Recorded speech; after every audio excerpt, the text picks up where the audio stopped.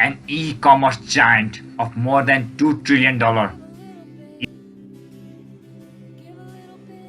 is in a constant fight with Reliance, the most valuable company of India for Fortune Group Retail, a company valued at less than 1% of Amazon for more than a year.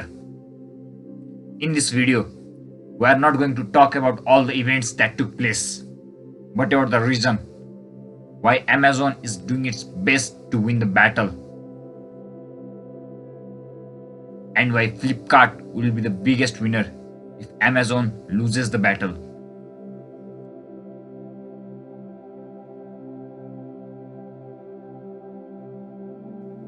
India, the only country with more than 1 billion population, still open to foreign firms.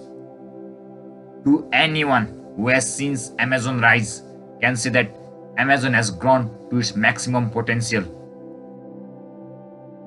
In fact, in between October 2018 and January 2020, Amazon stock has been going linear, and as the pandemic didn't strike, it would have been still moving at the same pattern. For Amazon, the biggest market to grow is India. It has already tried its luck in China, and there it failed badly.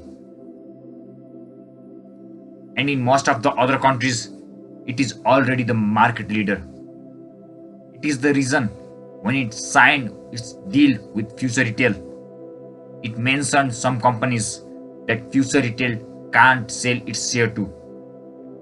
Contrary to popular belief, the name Amazon specified was not due to its competition with Reliance Retail, but with Flipkart. Amazon has mostly been successful to acquire the market share from the existing player and become itself the biggest player to whichever country it goes. To produce this result, they use one of the cognitive biases of human psychology, sunk cost fallacy. You may be one of many people who are fed up with their careers. You hate your job. Your career is not fulfilling.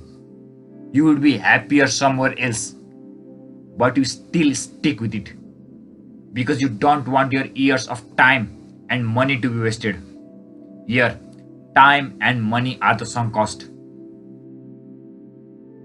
They are not coming back to you no matter whether you change your career or not, but you are still sticking with your career because of that time and money. Amazon uses the same fallacy to grow its business and grow its market share no matter where it goes. And the sunk cost they use is Amazon Prime.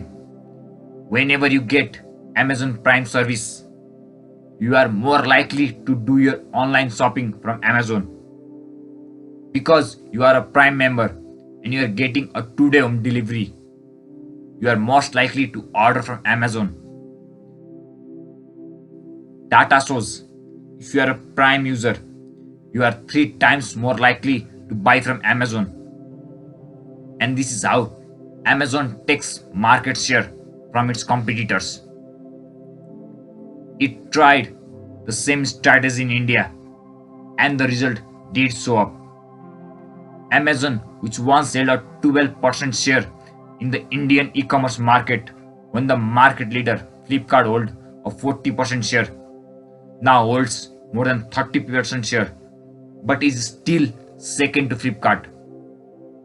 To counter it, Amazon decides to premiere the new season of its most popular series, Mirzapur, in October. If you don't know, October is the month of Diwali, the most celebrated festival of India. But even after that, Amazon was not able to counter Flipkart. The sales revenue of Flipkart in Diwali was nearly double that of Amazon. When Amazon was focusing on Metro City and Tier 1 cities of India, Flipkart focused on Tier 2 and Tier 3 cities of India. They gave Flipkart Plus membership free of cost to students. If you don't realize, then students are the CTOs of every house, and they buy electronic gadgets. These electronic gadgets have lucrative margins.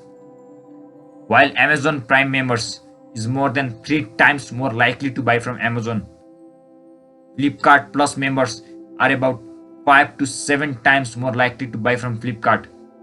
This is how Flipkart is countering Amazon in India. On top of it, Amazon doesn't have a strong fashion brand in India, where Flipkart has brands like Myntra and Jabong, whereas Amazon is still in search of it. Here comes the Future Group Retail. On top of having a presence in more than 1800 cities of India, Future Retail also has a big brand like FBB under its belt. If Amazon can have control over Future Retail, then it can easily sort two of its main problems all at once: presence in tier 2 and below cities of India, and a recognizable brand. In short, this is not a fight for a mere control over a $13 billion company. It is a fight to be the e-commerce king of the only country with more than 1 billion population still open to foreign firms.